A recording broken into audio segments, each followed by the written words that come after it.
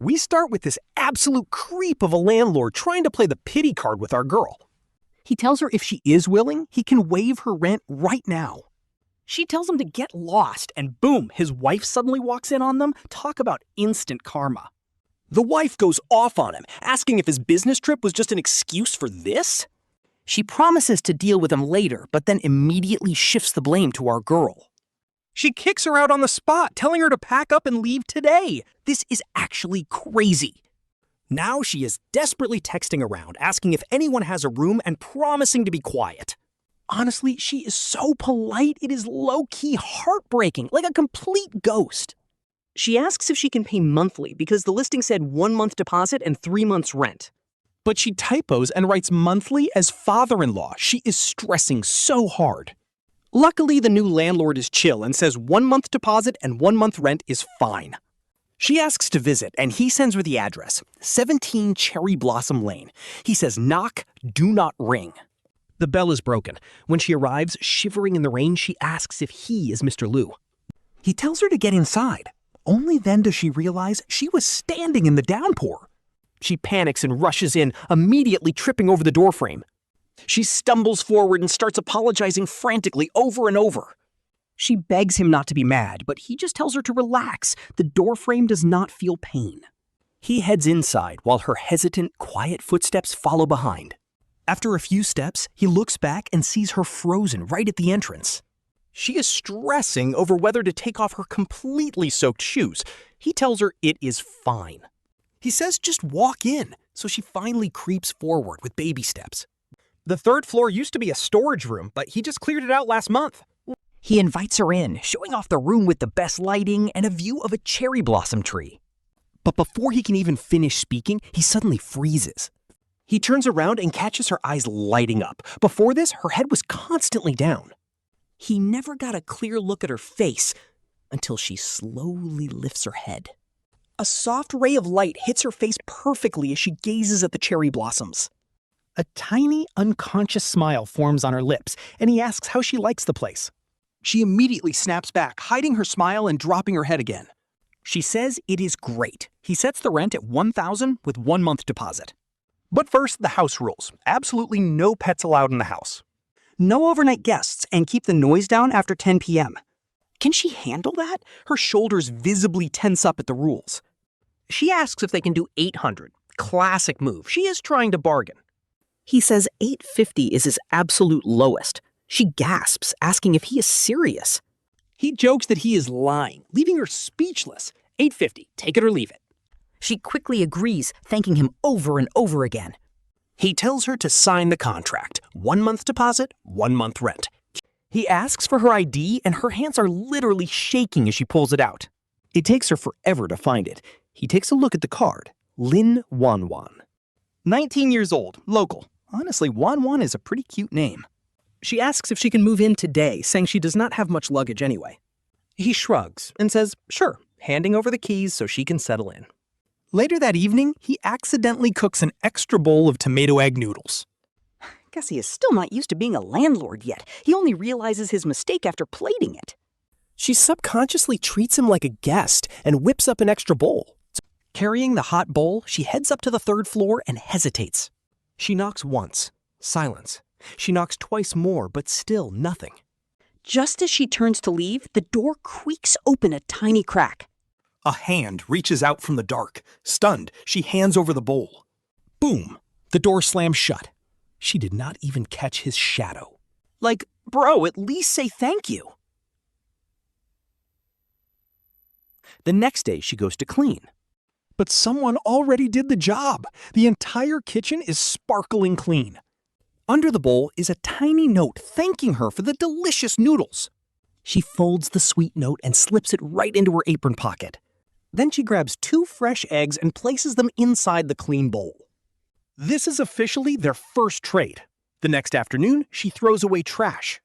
The rain finally stopped, leaving a sweet scent of cherry blossoms. She walks to the alley corner, enjoying the fresh, rain-washed air. Suddenly, she hears loud voices ahead yelling at Lin Wanwan that it has been a long time. They mock her for dropping out after they bullied her for 3 whole years. They mock her terror while she begs them to step aside.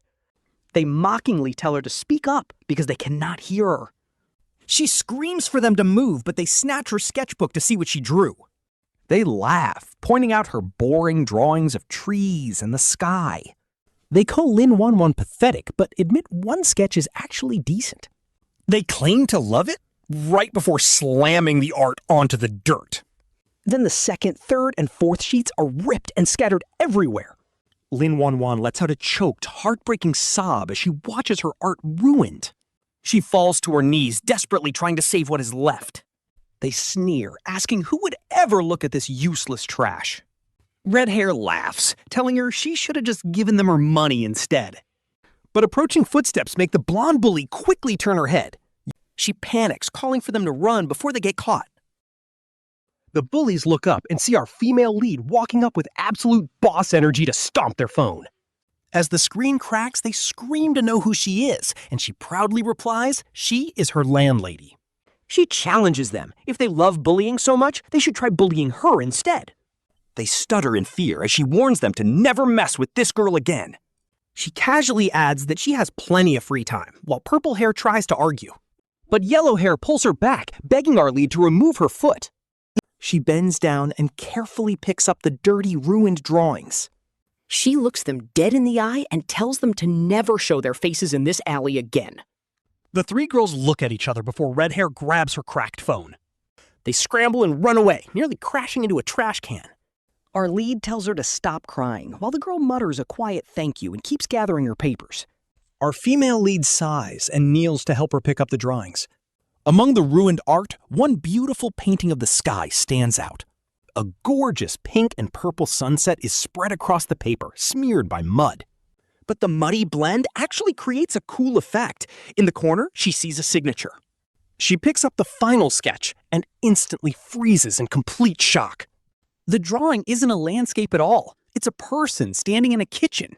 They are wearing an apron and frying an egg, sketched with just a few simple lines. But our landlord instantly recognizes himself, especially with that tiny signature in the bottom corner. Since the signature is super small, he quickly flips the drawing over to hide it. He pretends he didn't notice a thing and says the drawing is fantastic. The flustered artist stammers out a thank you and says he should head back. Clutching the sketchbook tightly to his chest, the boy runs off down the dark alley. Our landlord stands there in the quiet night, watching him completely disappear from view. He bends down to pick up the remaining torn scraps of paper and tosses them away.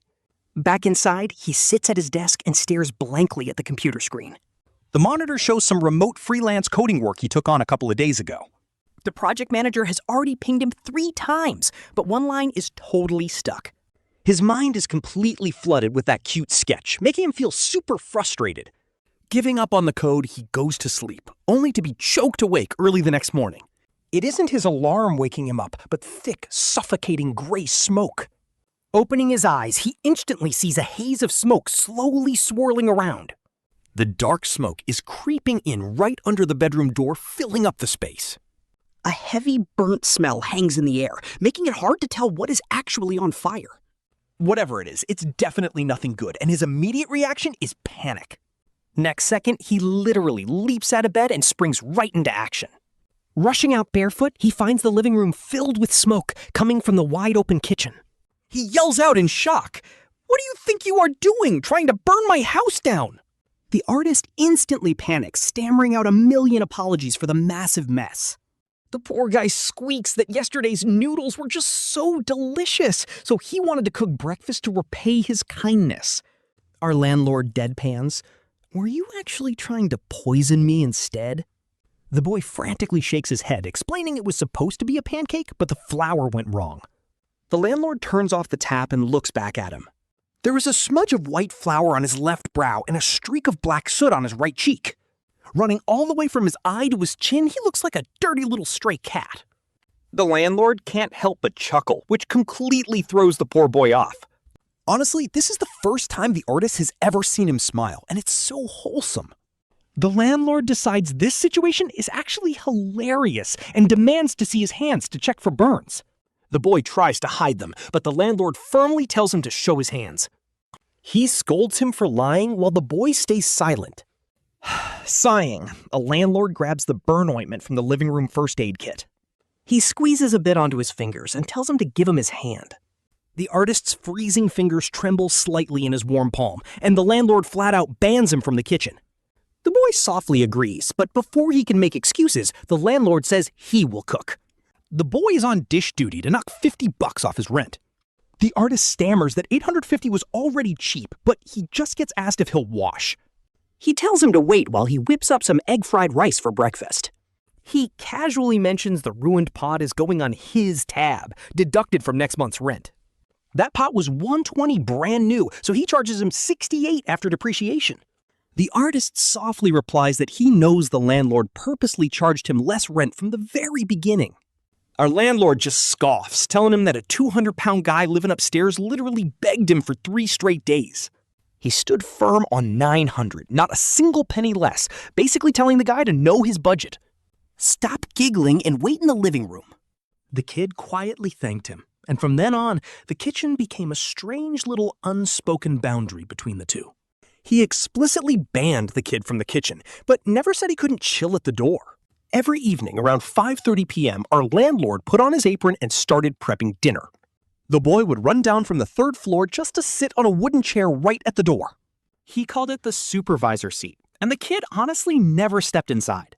He just sat there hugging his knees, quietly watching the landlord prepare their meals. Sometimes when the landlord turned around, they would lock eyes, and the kid would instantly look away, pretending he wasn't looking at anything at all. But in all honesty, the kid was actually a fantastic audience, never once backseat cooking or judging him.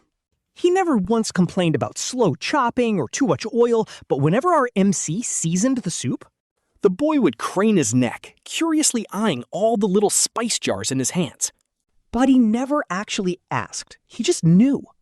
Our landlord absolutely hated people nagging him in the kitchen, even though he never said it out loud. But there was one time he forgot the salt completely and didn't even realize it. The kid had already quietly slid the salt shaker right to the counter edge. They always ate at the low wooden coffee table, with the landlord sitting on the sofa. The kid sat on a tiny wooden stool opposite, quietly holding his bowl without a word, just burying his face in the bowl and eating his rice literally grain by grain. Eventually, he started sneaking glances, and later on, he got braver. He actually smiled whenever our landlord decided to tell one of his terrible, corny jokes. He'd tell stories like the one about Shui Xin giving his wife a hat and her instantly dying right after. Why? Because it was a baseball cap, which literally sounds like snake-suppressing hat. A baseball cap? Seriously, your sense of humor is so broken. The kid said it wasn't the joke, but the landlord's face that was too funny. Washing dishes after dinner was their set routine.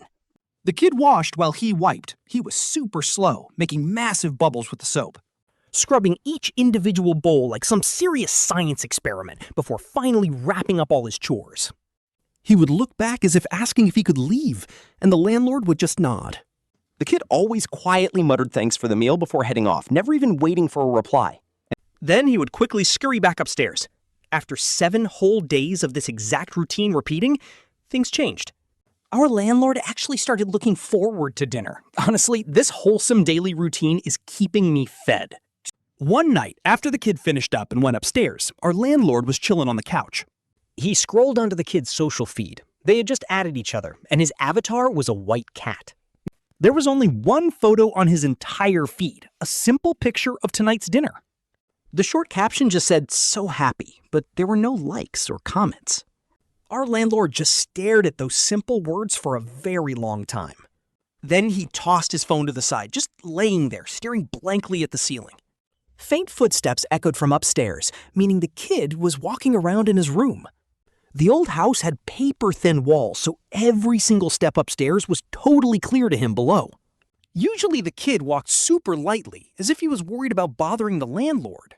But tonight, the pacing was strangely hurried, back and forth across the room, over and over. It felt a bit weird, but he brushed it off. That was his first mistake. Around 10 p.m., the entire vibe completely shifts. A sudden dull thud rattled the ceiling, sounding like a heavy body slamming hard against the wall. Then, a muffled and desperately suppressed sob echoes from inside the room. Our main character grabs his jacket and races upstairs, desperately shouting Lin Wanwan's name. There is no response. He presses his ear tightly against the door, only to hear chaotic, incredibly rapid breathing inside. It sounds exactly like a drowning survivor who was just pulled out, desperately gasping for oxygen. He shouts, asking what she is doing, before taking a step back. With a hard kick to the lock, the door slams against the wall and bounces back. He catches the door with one hand. The room is pitch black. The only source of light is the cold glow of a phone screen reflecting on the ceiling. Packed with endless notifications, she is curled up helplessly in the bed corner. Her back is pressed tightly against the wall, knees pulled all the way to her chest. She is shivering, curled into a tiny ball, and he is too afraid to touch her directly. But instinct tells him the source of the problem is that phone, so he picks it up off the floor. The screen is flooded with endless hateful direct messages, and honestly, reading these cruel insults is low-key heartbreaking. At the very top, the notification is from an account with an incredibly flashy, obnoxious avatar. The toxic user's name is Strawberry Flavored Cornetto. They posted a wall of fake screenshots warning everyone to avoid the scammer. Claiming she scammed 80 yuan for a profile commission, he immediately locks the phone and tosses it away. Crouching down beside her, he carefully reaches out and very gently taps her trembling shoulder. Lin Wanwan points out he is completely unresponsive, realizing this is a massive panic attack. Our MC remembers reading an article specifically about this and desperately tries to recall the solution. She offers to help lift him up, aiming to prop him against something stable. The article said to give him a safe, controlled environment and never leave him alone. She holds him close as they sit on the bed, letting him lean against her. Honestly, his heart is beating like an out-of-control motor, completely frantic. She pulls the blanket over to wrap him up, whispering that it is all okay.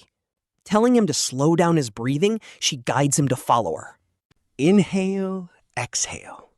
Inhale, exhale. 10 minutes pass, or maybe it is even half an hour.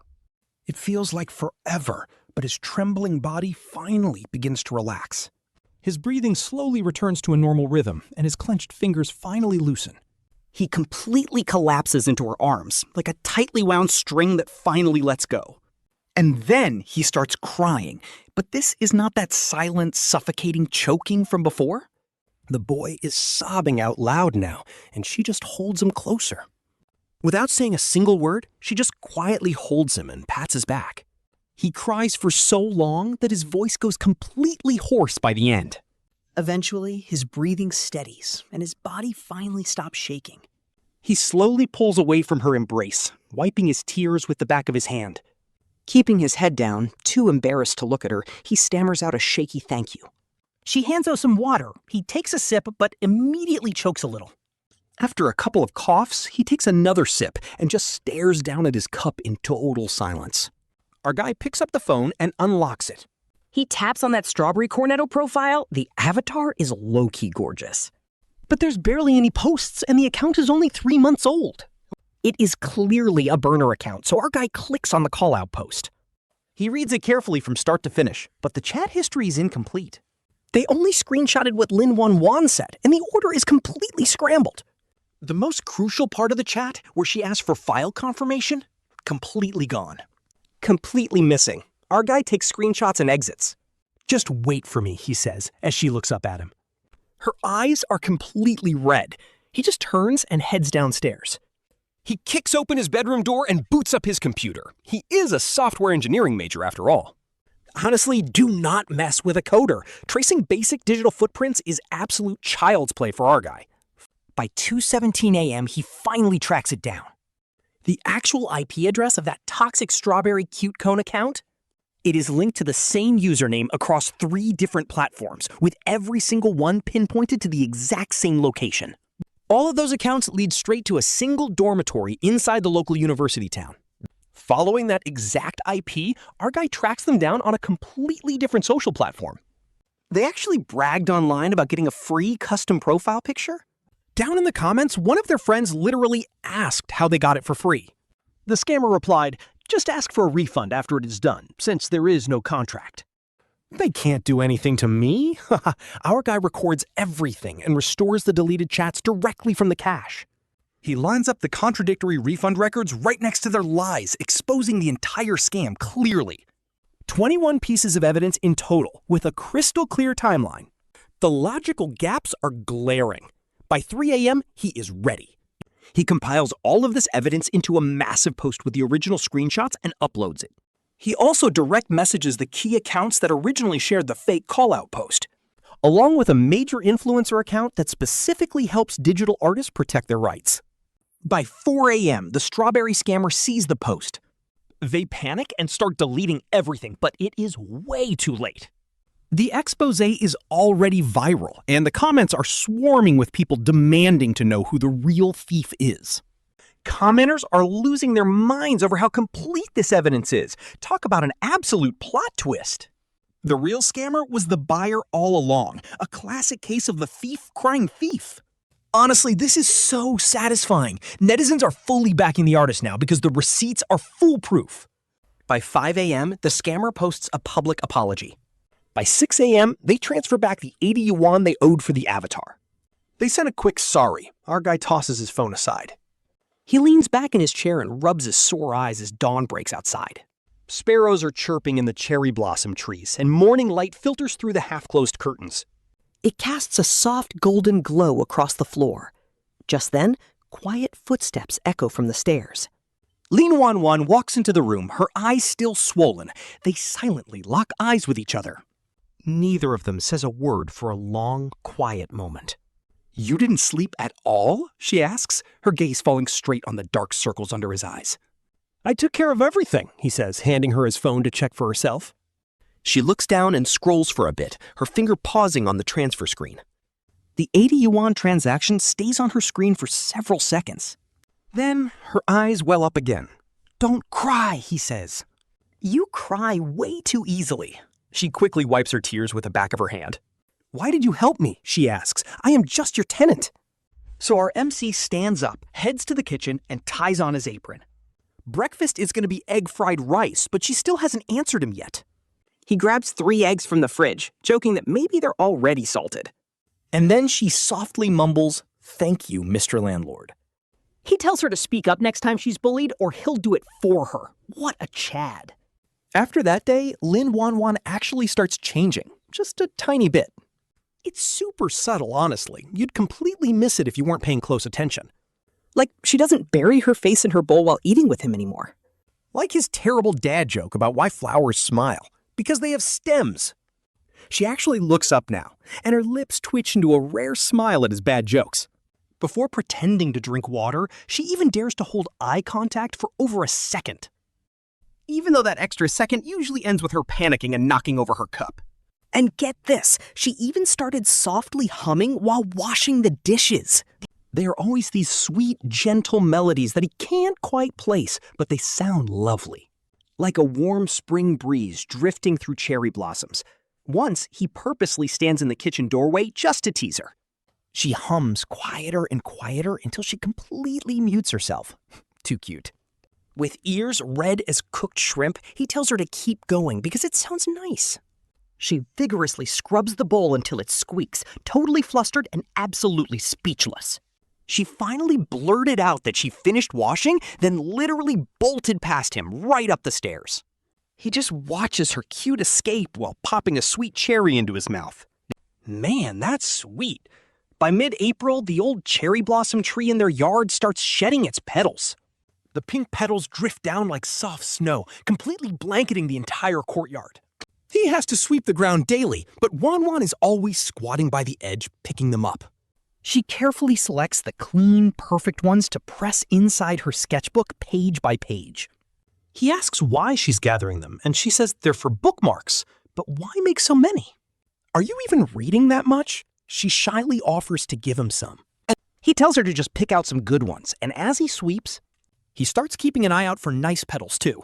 The next morning, under his favorite mug, he finds a beautiful, freshly laminated cherry blossom bookmark waiting for him.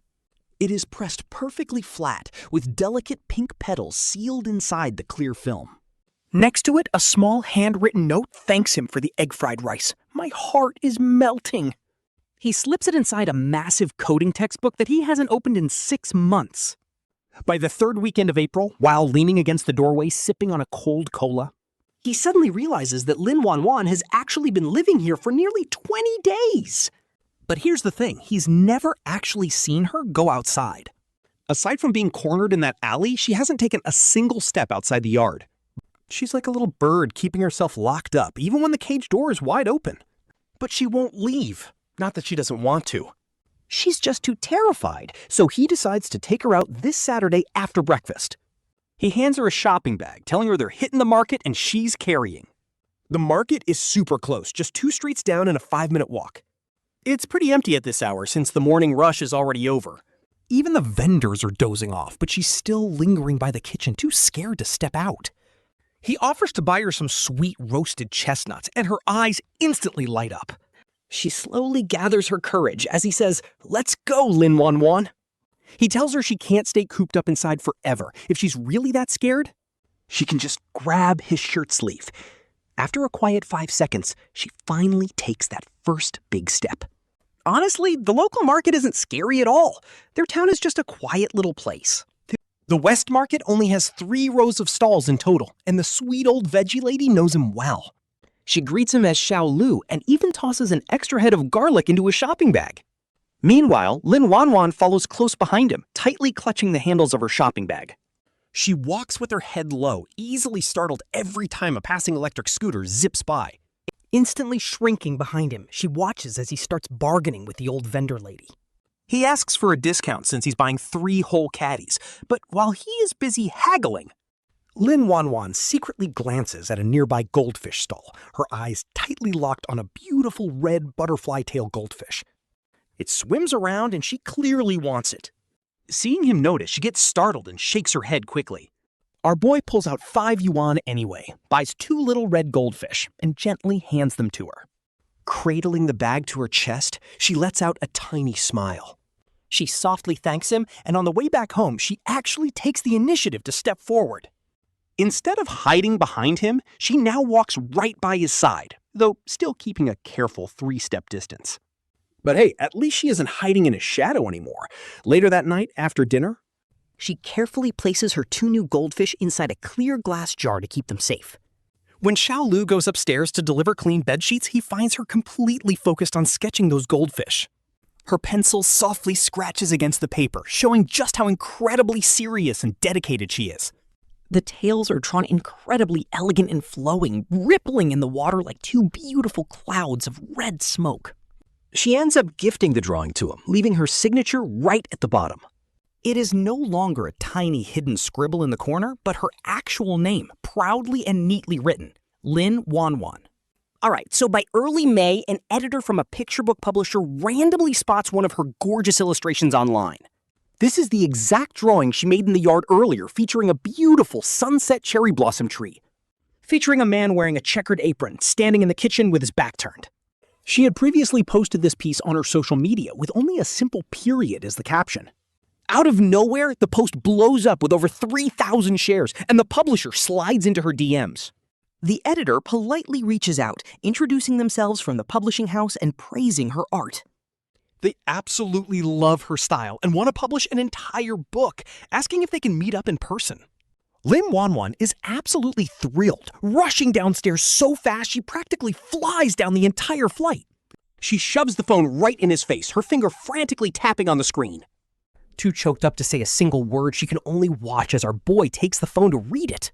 No shot! He freezes too, realizing they want to sign her.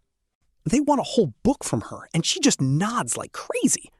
She is low-key crying from pure joy at this point as he hands her phone back. But then, boom! He suddenly scoops her up and spins her around, making her squeal in shock. Realizing her feet are literally off the ground, she panics and grabs onto his shoulders for dear life. Her face instantly blushes a bright crimson red as he quickly puts her back down with an awkward cough. He clears his throat, quickly trying to play it cool and pretend nothing happened. To celebrate, he suggests making an extra dish tonight, and despite her red face, she literally devours 3 whole bowls of rice with his delicious homemade sauerkraut fish. But here's the thing, as expected, signing the actual contract isn't going to be easy. The editor wants to meet up this Wednesday at a local cafe. But the moment Lin Wanwan hears the scary word meat, she instantly freezes up and goes completely dead silent. That night, she skipped dinner, so our boy Lu Zi brought some food up to knock on her door. It took a few knocks before she finally opened up, her eyes totally red from crying. She had clearly been crying again, admitting she was too terrified to actually meet the editors. She was spiraling. What if they hated her art, or she just froze up completely? Lu Zi quietly sat down next to her, gently asking if she still wanted to draw this. She stayed quiet for a long moment before slowly nodding her head. "Then let's go. I will be right there with you," he said, as she looked up with teary eyes. She asked if he was worried she would embarrass him, but he just scoffed. He told her she was literally the prettiest girl he had ever seen, and her art was top tier. Sure, her cooking was pretty terrible, but her dishwashing skills were straight up professional level. Plus, she raised her goldfish to be fatter than aquarium ones, so what was there to fear? That confession totally caught her off guard, and he suddenly realized exactly what he had just blurted out.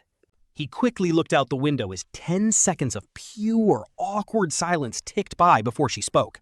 "What is it?" he asked, as she teasingly repeated his compliment about her being the prettiest. "Did I say that? No, you definitely misheard me." She laughed, asking why he remembered so clearly, and then the big editor meeting day finally arrived. Honestly, this is so wholesome. Wanwan showed up wearing a beautiful dress he had never seen before. He teased that they would be late if she kept stalling, and she finally stepped out. The moment she rounded the corner, Lu Zi completely froze, and she shyly asked if she looked pretty. He mumbled a quick yes and rushed them onto a super crowded bus. As the crowded bus suddenly jolted, she lost her balance and instinctively grabbed onto his sleeve. Lu Zi looked down at her hand, and instead of leaving it there, he gently pulled his sleeve away. She was totally stunned, just about to pull her hand back. But then, boom, he slid his hand right into hers, making her completely freeze up. As the bus rumbled along, rows of beautiful cherry blossom trees drifted past the windows outside. Everything drifted away in total, comfortable silence. He stayed quiet too, but he could feel her fingers slowly stop being so incredibly tense. Her hand gradually relaxed in his, and then she slowly, gently squeezed his hand right back. Her palm was a little sweaty, which was honestly the sweetest sign of how nervous she was. The actual meeting went way smoother than they expected, even with Wanwan blushing and keeping her head down. She kept stuttering through her words, but luckily the editor was a really sweet girl in round glasses. She spoke so softly and did not interrupt Wanwan even once during the entire pitch. Instead, whenever Wanwan started to stutter, the editor would gently fill in the blanks for her. Once the talking was done, Lu Zi carefully reviewed every single line of the contract for her. After making sure everything looked perfect, he gently handed her the pen to sign. But her hand was shaking so badly, so Lu Zi held her hand to steady it and whisper encouragement. "Go ahead, I am right here with you, Lin Wanwan." The 3 characters of her name trembled on the paper, but they were still written so neatly. It looked exactly like the very first note she had left at his house months ago. It was identical. Finally, they stepped out of the cafe. Standing right under the cherry blossom trees by the road, she suddenly looked up. "I actually did it!" she cheered, while he stood beside her lighting a cigarette, a habit from his Beijing days. He had basically quit smoking since coming back, but at that exact moment, he really needed one. "Thank you, Lu Zi," she whispered, using his actual name for the very first time. He put out the cigarette and replied that she never had to thank him again. "Walk ahead," he says. "I will watch your back. If you get tired, I will carry you." She smiles again, and this time it's not a fleeting grin. Her crescent eyes brim with long-held tears. It's a tearful smile as the early summer breeze sweeps through. When a stray petal lands on her hair, he gently brushes it off. She softly rests her forehead against his chest, as light as a petal on water. Yet she still sends a wave of endless ripples through his heart. His racing heartbeat completely drowns out the wind as she takes a step back. She runs, but stops to look back. Yelling that she wants sweet and sour pork ribs for dinner, she bolts, leaving him frozen completely stiff like a log in the summer twilight. He touches his blushing face. Honestly, this is so wholesome. He is totally falling in love. Next day, he runs into the absolute last people he ever wanted to see, bumping right into them at the alley entrance. Those same 3 toxic girls leaning lazily against a utility pole.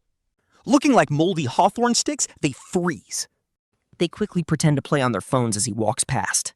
Suddenly, one of them whispers, "Wait, does she actually live here?" Later, delivering packages in a heavy rainstorm. Rain drums loudly against roof tiles as he splashes through puddles. Half soaked, he heads back toward the alley. That's when he spots 3 shadows slipping into his yard. He quickly folds his broken umbrella. Following them inside, he sees them in the middle of the yard. They stare up, and the red-haired girl screams out for Lin Wanwan. "Come down and talk to us." The others chime in as the 3rd-floor curtain suddenly twitches. Lin Wanwan's shadow freezes and shrinks back. She vanishes, and Red Hair sneers that she's a terrible friend. "We came all this way for you." "Did you ditch your girls the second you got a man?" Our boy props his umbrella against the wall and cracks his knuckles. All right, things are about to get real. He steps forward, cold-facedly asking who they are looking for. "Oh, hey there, landlord. We're just here to see our friend." "None of your business," he laughs at that. "What are you breaking this time?" They claim it was a misunderstanding, insisting they were best friends in high school. Red Hair screams for her to come out. "Tell them we're friends!" But right then, the light goes completely dark. The dark window cuts her off completely. She turns to him, awkwardly asking if a friend would turn off the light. "Just leave," he commands. "Fine," Red Hair sneers. "You're her boyfriend, right?" So he warns them to stay far away. The lead bully mocks them, telling her crew they are leaving. She sneers that Lin Wanwan got herself a handsome protector they cannot even dream of reaching. But she claims her taste is trash, asking if they know who he is. He tells them to get lost, just as Lin Wanwan finally decides to show her face. Our girl is literally trembling with fear, stuttering that she already called the cops and they are on their way. The bully gets absolutely furious, accusing her of ditching her friends the second she got a boyfriend. She demands that Lin Wanwan come down and talk to them like old friends. But Lin Wanwan finally snaps, asking if 3 years of constant bullying is not enough. That is when our boy loses patience, grabs a broom, and demands they leave. But she just laughs, mockingly begging our boy to go ahead and hit her. She threatens to sue him for assault and extort every single cent he has. But our boy is built different. He just looks at her like she is completely brain dead. He calmly tells her they are trespassing, meaning he has every right to kick them out. Plus, he asks if she seriously thinks a massive property like this lacks security cameras. Realizing they are totally cornered, the red-haired bully and her crew finally panic and run away. He stands at the gate, mockingly telling them never to let him see their faces around here again. Otherwise, he will gladly have them arrested, while up on the 3rd floor, Lin Wanwan finally sighs in relief. He tells her to close the window before she catches a cold, but she just stands there. He sighs and walks inside, but the second he steps through the door, rapid footsteps come thudding down the stairs. She is running so fast, she did not even put on shoes. She rushes barefoot all the way from the 3rd floor and throws herself straight into his arms. Honestly, she hits him with so much force that it actually knocks him back half a step. She clings to his back, gripping his shirt so tightly her knuckles are practically turning white. Through his damp clothes, her warmth presses against him as she softly thanks him for being her boyfriend. Our boy gently places his hand on her head, stroking her wet hair to calm her down. After calming himself down, he looks at her with absolute sincerity and confesses he meant what he said. Our girl immediately starts panicking, thinking he only said it to scare the bullies away, telling him he does not have to. But he cuts her off, confessing his genuine feelings and bringing up that day by the kitchen. She blushes, remembering how he called her the prettiest girl he had ever seen, realizing his feelings started then. She jokingly begs him to stop bringing up his embarrassing confession, but he refuses. Right then, she finally admits she likes him too, making it official.